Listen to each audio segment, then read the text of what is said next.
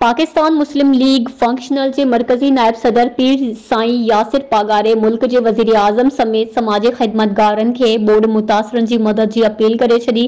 पीर यासिर पागारे पंहिंजे जारी कयल बयान में चयो आहे त वज़ीर आज़म फौरी तौर ते सिंध बलोचिस्तान जी बरसात ऐं बोर्ड मुतासिर इलाइक़नि जो हंगामी बुनियादनि ते दौरो करे इमदाद जी फराहमी खे यकीनी बणाए। मुल्क जे ॿियनि सूबनि सां गॾु सिंध बलोचिस्तान में बरसात सबबि गरीब बेपहुच माण्हुनि जो तमामु घणो नुक़सान पहुतो आहे। गरीब माण्हुनि जा घर तोड़े क़ीमती सामान पाणी जे वहिकरनि में लुढ़ी विया आहिनि। हुन चयो त सिंध बलोचिस्तान जे अक्सर इलाइक़नि में माण्हू बेयारो मददगार वेठल आहिनि। सूबाई हुकूमत सां गॾु वफ़ाक़ी हुकूमत माण्हुनि जी मदद लाइ तकड़ा उपाउ वठे, खैन खाद खुराक समेत रिहाइश लाइ सहूलतूं फराहम करे। असांजूं टीमूं घटि वसाइल हुजण बावजूदि पंहिंजे वसहार माण्हुनि जी मदद में पंहिंजो किरदार अदा करे रहियूं आहिनि।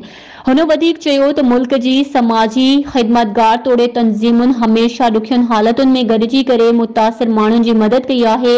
हिन भेरे बि गरीब बेपहुच सफ़ेद पोश माण्हुनि जी मदद लाइ गॾिजी अॻियां अचण जी अपील करियां थो।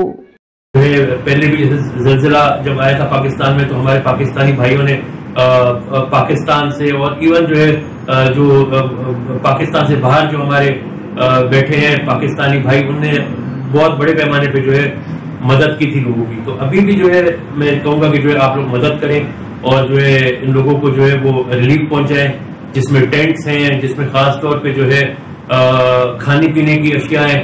तो ये अल्लाह ताला भी आपसे राजी होगा और हमारा सबका जो है ये हक है जो है कि हम एक दूसरे का ख्याल रखें और ऐसे बुरे वक्त में जो है उनके साथ खड़े हों।